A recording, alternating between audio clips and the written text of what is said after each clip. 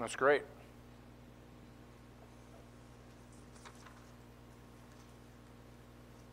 All right, so over the next few weeks, we're going to start moving towards the invasion of Assyria. And so tonight, as we pick it up, you start to see the kings of Israel. And there's not very much mention of God's interaction, which is kind of interesting. And the consequences of men that operate without God is kind of what we're going to look at tonight. And it kind of fills the pages, sadly. Now, if you'd like to, last week we kind of went there and we've been going there. Specifically, you'll probably want to put your finger at least in 2 Chronicles 26, because we will have to venture there for a moment. And then the successionary chapters in 2 Kings, you probably can follow through these kings that are lifted up and become kings of Israel. Chronicles kind of chronicles in detail more of what's going on rather than Kings does. But it's pretty straightforward, at least the first part. And a lot of this message has to do with the first quite a few verses because it's interesting. In the 27th year of Jeroboam, king of Israel, that would be Jeroboam II, by the way, Azariah, the son of Amaziah, king of Judah, began to reign, and we've already looked at Azariah as being Uzziah. And he was 16 years old when he began to reign, and he reigned 52 years in Jerusalem. Mother's name was Yehochaliah of Jerusalem, and he did what was right in the eyes of the Lord, according to all that his father Amaziah had done. Nevertheless, there's always a verse 4, isn't there? Nevertheless, the high places were not taken away, and the people still sacrificed and made offerings on high places. We've looked at that various times and a lot of times, and I'm pretty sure you understand what they were doing on high places. Now, later on in this chapter, we get into the Hinnom Valley and the desecration of what they were doing with Moloch later. But high places were offerings to a false god. Okay? So that's in verse 4. Nevertheless, the high places were not taken away, and the people still sacrificed and made offerings on the high places. Verse 5, and the Lord touched the king so that he was a leper to the day of his death, and he lived in a separate house. And Jotham, the king's son, was over the household, governing the people of the land. What? That's not enough information, is it? Too many questions there for me. Straightforward, but too many questions. And so, hence why we're going to turn to 2 Chronicles. We will get back to Kings 15 in a little bit, but let's go to 2 Chronicles 26, okay? And I want to pick through this a little bit. I'm going to read verse 5, and then we're going to read 11 to 15, and then we're going to read 16 to 23, and it should clear up most of the things that we need clearing up. Okay? And so, basically, the beginning of chapter 26 emulates exactly what 2 Kings 15 begins to talk about. But then when you get to verse 5, it says that he set himself to seek God in the days of Zechariah, who instructed him in the fear of God, and as long as he sought the Lord, God made him prosper. We've seen that quite a few times as we've been going through the Kings, 1 Kings, 2 Kings, that God is very much, folks, a conditional God. He is also an unconditional God. Now, in our life, he's more of an unconditional God in the sense that he woos you, he takes you, he accepts you, you come to salvation with nothing attached. He finds you exactly where you are, and he loves you where you're at. That doesn't mean because of his love he leaves you where you're at, and then the Christian walks out their salvation, and you grow, you learn, you add to your faith, you grow your faith, etc. And so then very much so it becomes conditional. Obedience is very much emphatic in Christianity, as much as there's consequences to disobedience. Well, was there any difference in the Old Testament? No, it was all about being obedient to the law, following the 5 books of the law, and you had to practice every bit of it. You couldn't pick and choose which ones you wanted to pick. And so this just reminds us that he set himself to seek after God. This Uzziah. And now we're going to pick it up in these next few verses, 11 to 15, and you're going to see the stature of this man. Okay? He went out and made war against the Philistine in 6, and broke through the wall of Gath and the wall of Jebeth and the wall of Ashdod, and he built cities in the territories of Ashdod and elsewhere among the Philistine. And God helped him against the Philistine and against the Arabians who lived in Gurbaal, and against the Minuites. And the Ammonites paid tribute to Uzziah. And his fame spread even to the border of Egypt, for he became very strong. Moreover, Uzziah built towers in Jerusalem at the corner gate and at the valley gate and at the angle, and fortified them. And he built towers in the wilderness and cut out many cisterns and large herds, both in Shepheth-elah and in the plain. And he had farmers and vine dressers and hills and fertile lands, for he loved the soil. This guy was all about agriculture, substances, to the degree that he was going to be sufficient in how he took care of himself and what he had to do. There was no grocery store on every corner. He establishes herds and flocks and vine dressers and etc. But it's interesting when you get this little picture of him that he actually, if he would have had his way, would have remained that way as a king, with his hands in the soil, right? Something else about this guy, though, that's very intriguing to me is the next few verses. Moreover, Uzziah had an army of soldiers fit for war, in divisions according to the numbers of the muster made at Jeiel, the secretary, and Maaseiah, the officer under the direction of Hananiah, one of the king's commanders.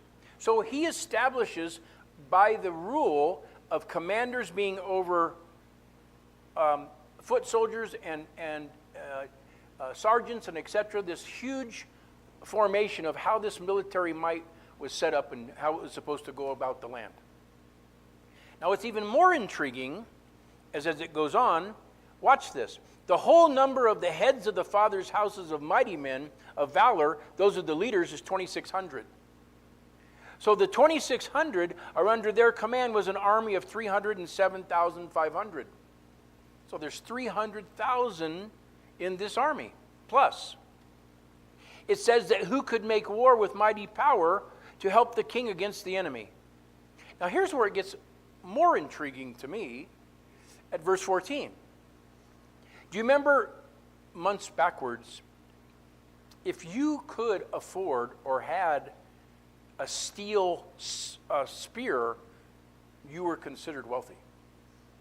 And it was so few and far between at one time in Judah, in Israel as a whole, before they divided in the kingdom, that the other armies that were stronger than them usually had iron chariots, implements of war that were iron, etc. So now we see something that's come about here, and it says Uzziah prepared for all the army, 307,500, okay, 1,000.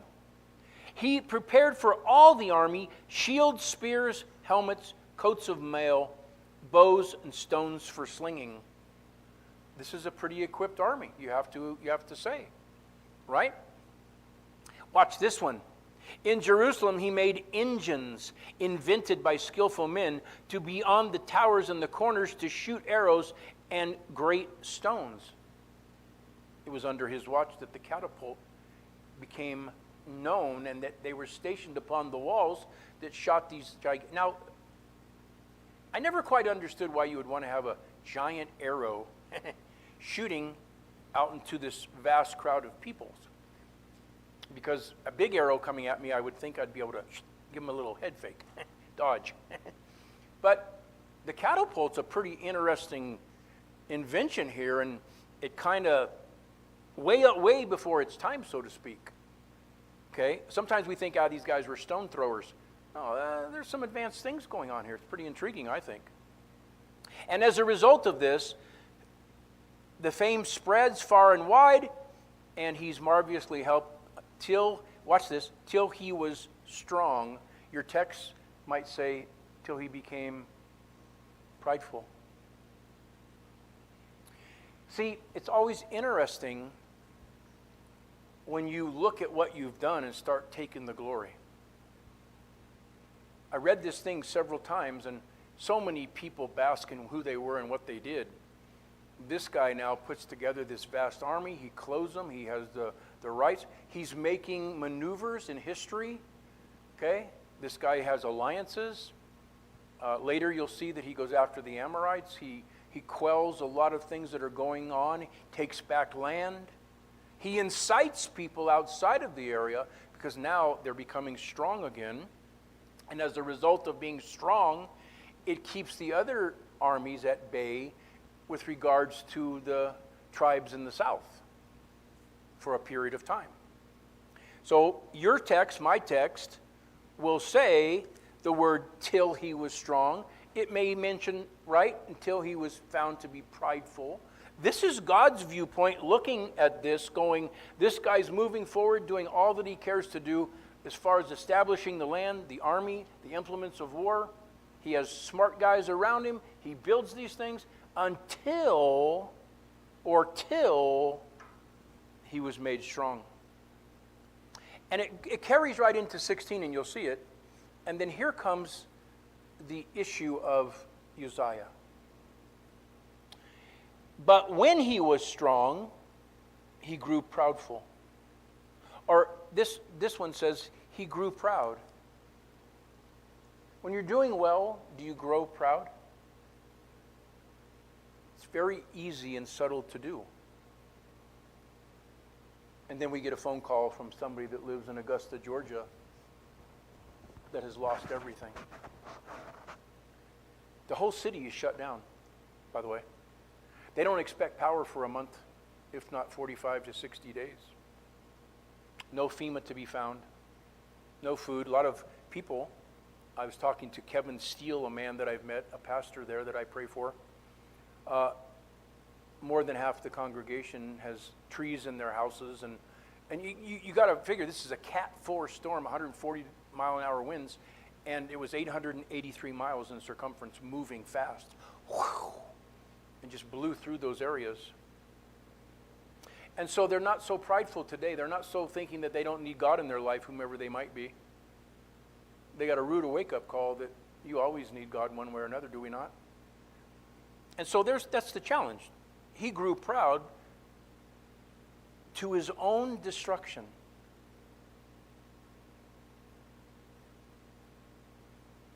When we look about us and in some ways gloat or take the glory for what God is doing, the pride always comes before the fall, there's no doubt. For he was unfaithful to the Lord his God and entered into the temple of the Lord to burn incense on the altar of incense. Now, where is this going to go? Well, if you think you're above the law, you'll act as if you are. And what we can recall is some of the elements in Numbers and in Leviticus that talk about who was designated to burn incense before the Lord. Only the Aaronic priesthood. And it's very clear that only the bloodline of Aaron could touch the holy vessels within the tabernacle, and in this case in the temple. And this man decides, because of his arrogance or his pride, that he can now burn incense. And he says that, it says later that he had a censer full of incense. And so this is his beginning of his downfall, that once you think that your pride elevates you above God, it leads to destruction. And what the destruction was is he became unfaithful to the Lord and stopped honoring the law. The 5 books. Okay. So he enters the temple of the Lord to burn incense on the altar. But the priest, Azariah, went in after him with 80 priests of the Lord who were men of valor, right standing, so to speak, and they withstood the king and said unto him, it's not for you, Uzziah, to burn incense to the Lord, but for the priests and the sons of Aaron, who are consecrated to burn incense. Consecrated, set apart. Only them. Don't be like Korah that was consumed because you thought you could be the guy that God called rather than Moses, right? There's a set order of God's ways of doing things. Well, so you can see this picture. These guys are pursuing this king because he's going in to do something really silly. And they're trying to stop him. Go out of the sanctuary, for you've done wrong. And it will bring to no honor to the Lord your God. Okay, so they reprimand the king. They reprimand the king in light of a protective way of saying what you're about to do is going to cost you more than you're willing to pay. Is that not true for a lot of people? We pay way more than we ever thought we'd have to pay for a momentary act of defiance. It just happens over and over and over. We've been seeing it the last few weeks. When kings go to war without the Lord's blessings, what happened? It's the people that suffer. Well, in this case, as you look at it, so what happens? Does Uzziah say, okay, I'm listening to you. You're right. I was out of my mind for a second. No. This is what it says happens.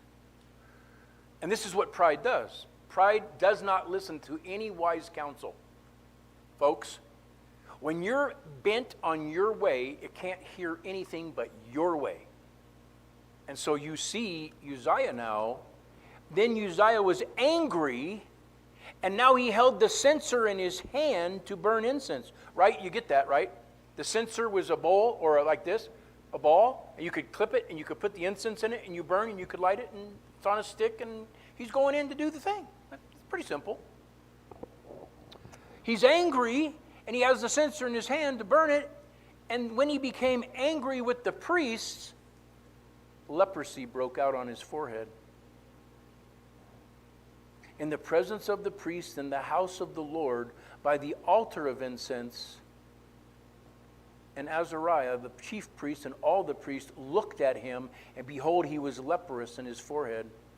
And they rushed him out quickly, and he himself hurried out to go out, because the Lord had struck him. And King Uzziah was a leper to the day of his death. And being a leper, he lived in a separate house. Well, leprosy in those days was much like today, a skin condition. And it could be surface or it could be deep. And interesting enough that this priest had the ability to go inspect it, the law says. He's to inspect it. He's to look at it. Is it a rash? Is it surface? Is it deep? Does it have a white hair growing out of it? I'm thinking, what's a white hair got to do with anything? Because the flesh begins to die. And literally you die, and things fall off.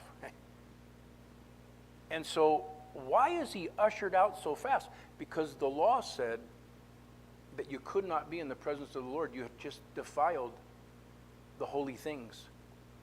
And so a leopard was considered what? Pronounced what? Unclean. Until you had to go out of the camp. And then if it was restored, that you had to go back to the high priest. He would look at it, and if it was healing, then you could be restored to go into temple and to worship. If it wasn't, you were never allowed back into temple. So you see, he's a leper, and he's leprous until his day of his death. And so what happens as a result? He then is regulated to do what? He's ushered out of the presence of the Lord as a form of defilement, and he then is excluded from the house of the Lord and faced to live in a separate house the rest of his life. And it says that Jotham, his son, was over the king's household, governing the people of the land. So no longer could he enjoy the things that the king should have enjoyed. Why? Is there anything wrong with getting angry? See, it depends how far the anger takes you. It depends if it's a righteous anger or if it's an unrighteous anger. If it's an anger that just is proudful and wants their way because I'm the king and I don't care who you are, I have the right to come into the house. I'm over the land. I'm over everything. No man is over God. God is over every man.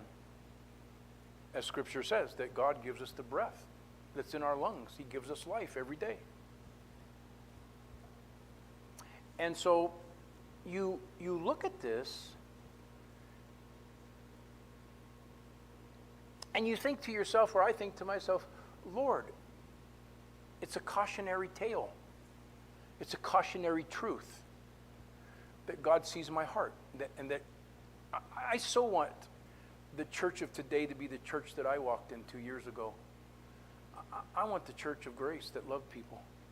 I want the sanctuary. I want peace. I want presence. I'm just not naive. I know that that's not always the case because the flesh is strong and people always rise up. Well, let's go back. And you could stay here. You could certainly read about the details of Jotham's reign in Judah in 27, and then we'll come back later, probably a day, next week maybe. 28, Ahaz is lifted up. And you start seeing these guys make alliances. Okay? So let's go back to 2 Kings 15,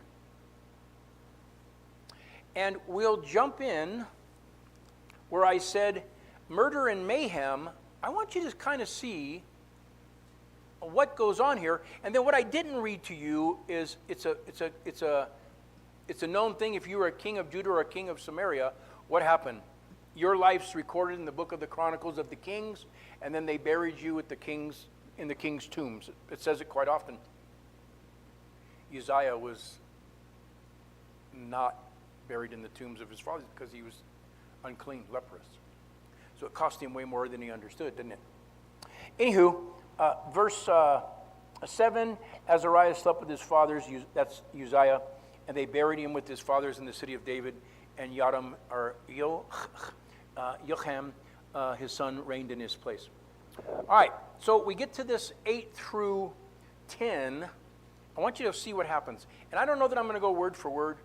You're going to get the drift here, okay? In the 38th year of Uzziah, king of Judah, Zechariah, son of Jeroboam, reigned over Israel and Samaria 6 months. He did what was evil in the sight of the Lord, as his fathers has done. He did not part from the sins of Jeroboam, the son of Nebat, in which he made Israel to sin. Verse 10, Shalom, the son of Jabesh, conspired against him and struck him down at Ebalim and put him to death and reigned in his place. 6 months. Did evil in the sight of the Lord, was struck down.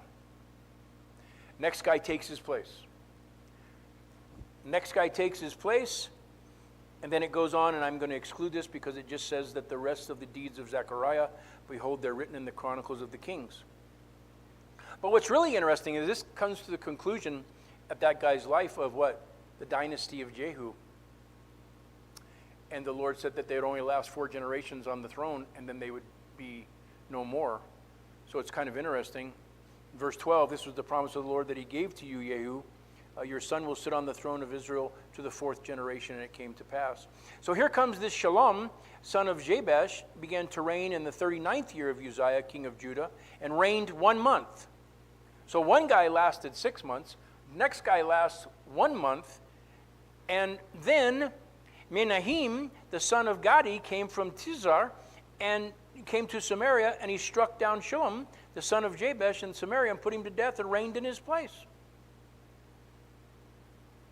And the conspiracy that he made, behold, are written in the books of the kings, the Chronicles.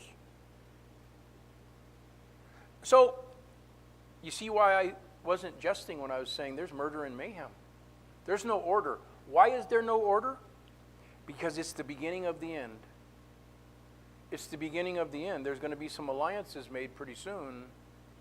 And the Lord is setting up a time when the Assyrians would come through. And so you look at 16, at that time, Menahem sacked Tipshah and all that were in its territory from Tirzah on, because they did not open it to him. Watch this. And therefore he sacked it, and he ripped open all the women who were pregnant. So it was kind of the thing in those days that if you found pregnant women that could be an heir to somebody, this was a common practice to open up their bellies and destroy the child. But you always see in God's governance that he's not a brutal God. We saw that last week a little bit when they walked those prisoners to the edge of the cliff and pushed them over. That wasn't an act of war. That was an act of murder, so to speak. Well, what does a woman have? I mean, that's the type of guy that this Menahem is. And it says then in 17 that the 39th year of reign of Uzziah, the king of Judah, Menahem, the son of Gadi, began to reign over Israel, and he reigned 10 years in Samaria. 10 years.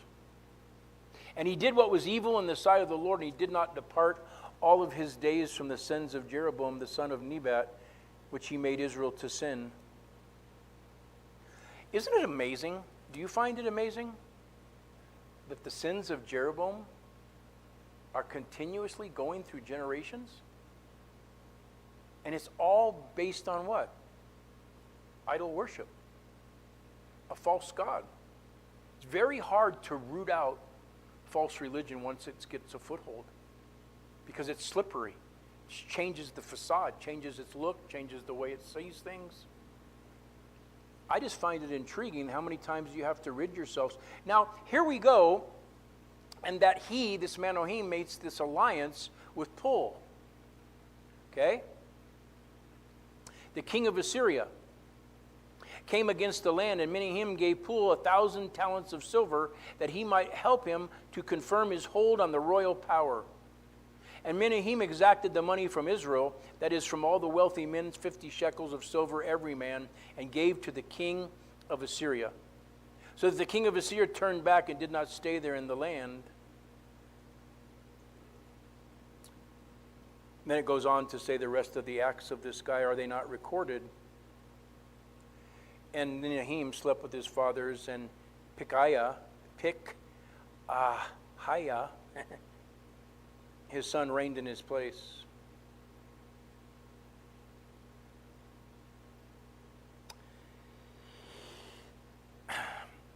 There was and you'll find it later on, but I'm going to tell you who it is now, who this Pul is. Okay? His name was Tiglath-Pileser III. Tiglath-Pileser III. Now, Tiglath-Pileser I was a pretty common military guy that didn't do a whole lot. If you do a little research of this Tiglath-Pileser, he became foremost in the Assyrian world as the general. He wasn't of noble blood. He was of a general military formation, and he rose through the ranks and became that founding force in the Assyrian army, which is interesting. Even the word Pul is the second place name from the Babylonian Empire, and he would become a king of Babylon, which is kind of striking and interesting. This guy accumulated so much and was a thorn to Israel and Judah, and you see all these alliances that's going on with Syria, and then you see Assyria coming down and going to have its way all the way down the coast clear to Egypt, it is said, and then he made several invasions into the land. So the Assyrians, this guy's he makes alliances, he gets paid, they pay him not to, he shows a presence and walks out. There would be two major invasions of the Assyrians, and he was foremost when he captured cities. He took the people and dispersed them. That was his practice in all places. And so it gets kind of interesting as he's going through this land dispersing people. But anyways, just to continue on there for a second. So he gives him the power, this pull, and Mayhem passes. His son reigns in Israel. In the 50th year of Uzziah, king of Judah, Pekaniah, the son of Mayhem, begins to reign in Samaria, and he reigns 2 years. He did evil, did not turn away from the sins of Jeroboam, son of Nebat, and Pekah, the son of Remaliah, his captain, conspires and kills him with 50 men from Gilead. So it's almost as if the old saying that people were doing what was right in their eyes. When they wanted the throne, they took the throne. Because there was no what? Retaliatory ways. Whoever was the strongest in the land seems to be able to take the throne in Samaria. And then once again, we get little tidbits in 2 Kings 15 about these men that rise up. You can get a little bit more details of the kind of the things that they did and the atrocities that they did from the Chronicles. And then you dive into verse 29. This Pekah, king of Israel,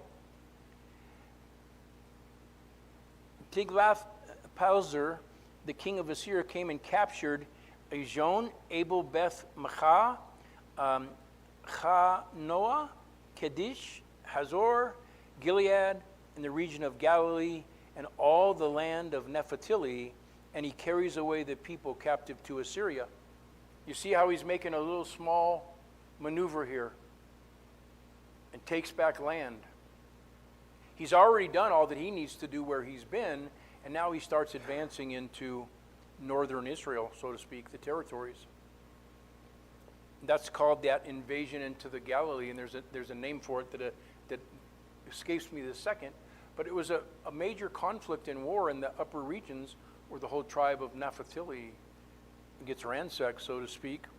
And then here comes this other guy, which is really interesting. This Hoshea, in verse 30, says that he's the son of Elah, and he makes a conspiracy against Pekah, the son of Remaliah, and strikes him down and puts him to death and reigns in his place. Once again, murder and mayhem for power. Now, you may be asking yourself, well, geez, why? What's the common factor with these guys? They were idol worshipers. They were worshiping a false god. Not once do you ever see their God raise up and defend them, do you?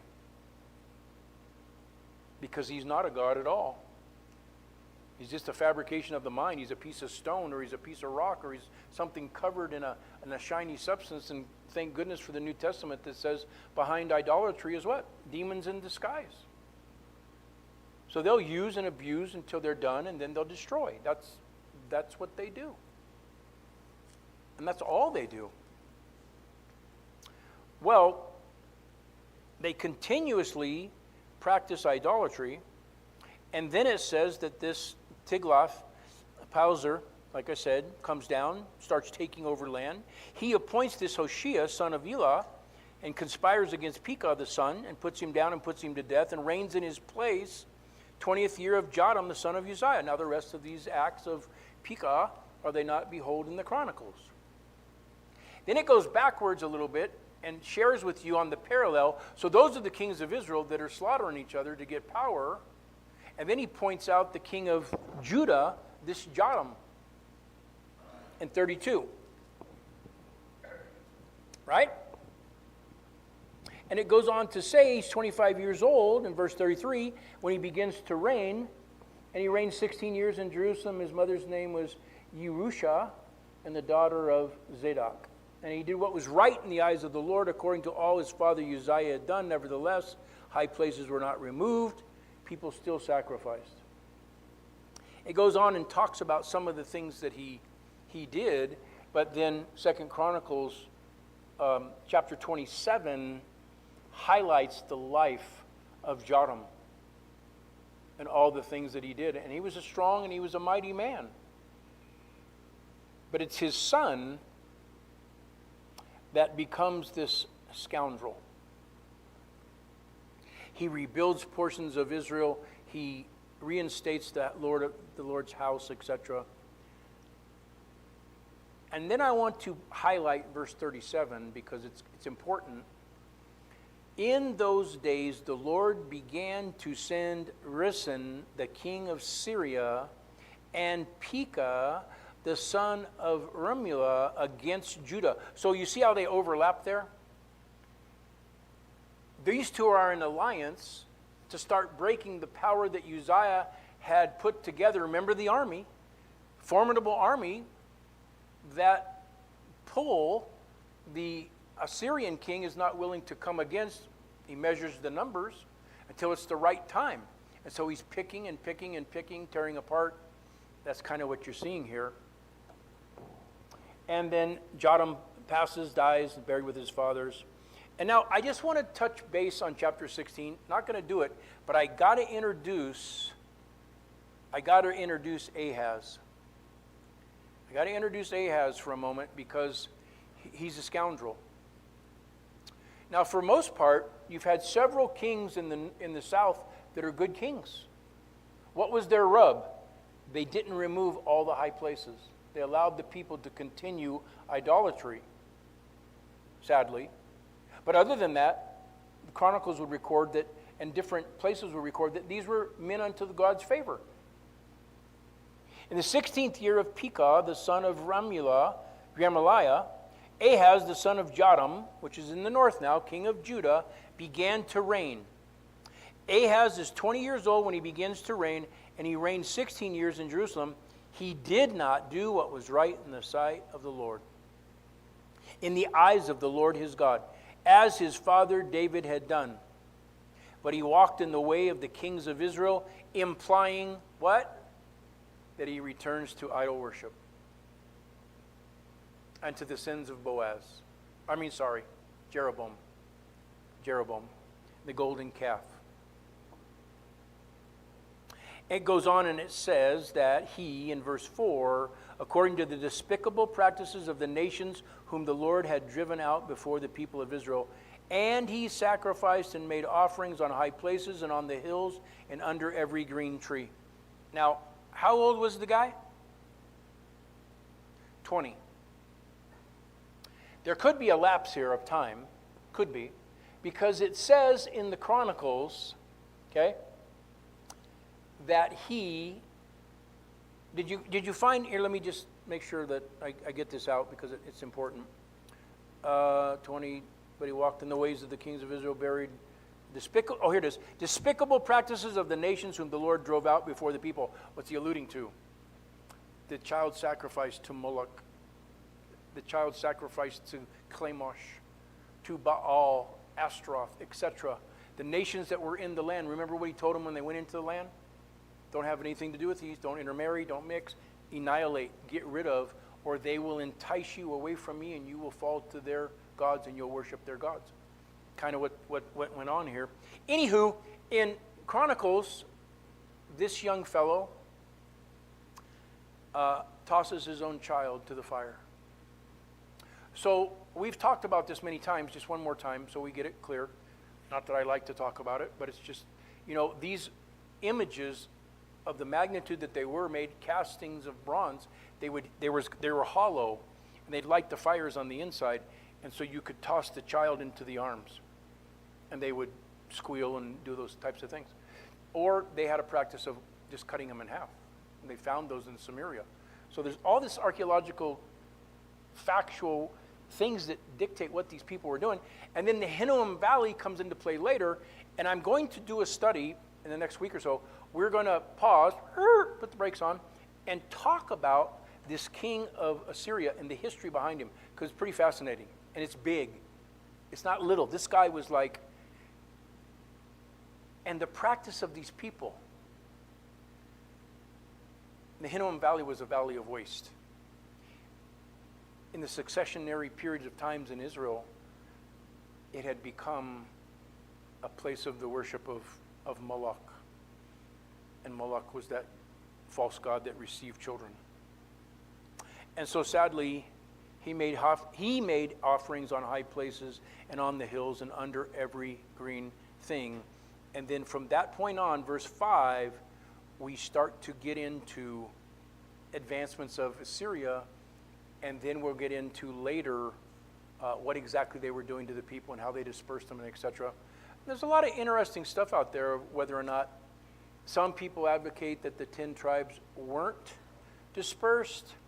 Other people advocate that the 10 tribes were so intermixed that it was hard to tell who was who. So it's an interesting flip of the coin. But once you read this guy, it seems to have been his practice to remove anybody that was somebody in the land that could oppose their rule, and bring in all the people they had conquered into the land, and so as to muddle the blood. Fast forward, we get to Samaria and the nation of Israel in the New Testament. They're at odds with each other because Samaria has mixed blood, right? So you see what's going on. So before we close up tonight, 4 more minutes, the takeaway that I kept thinking, and I hope you are too, is, folks, God's never caught off guard. Is his timing, is his framework, is everything being accomplished exactly the way that he needs it to be accomplished? And is he raising these guys, these kings, for a periods of times that fulfill his purposes? When you go back to Chronicles and you detail these little things, every little thing had purpose and plan for God in these people's lives. So no, nothing catches him.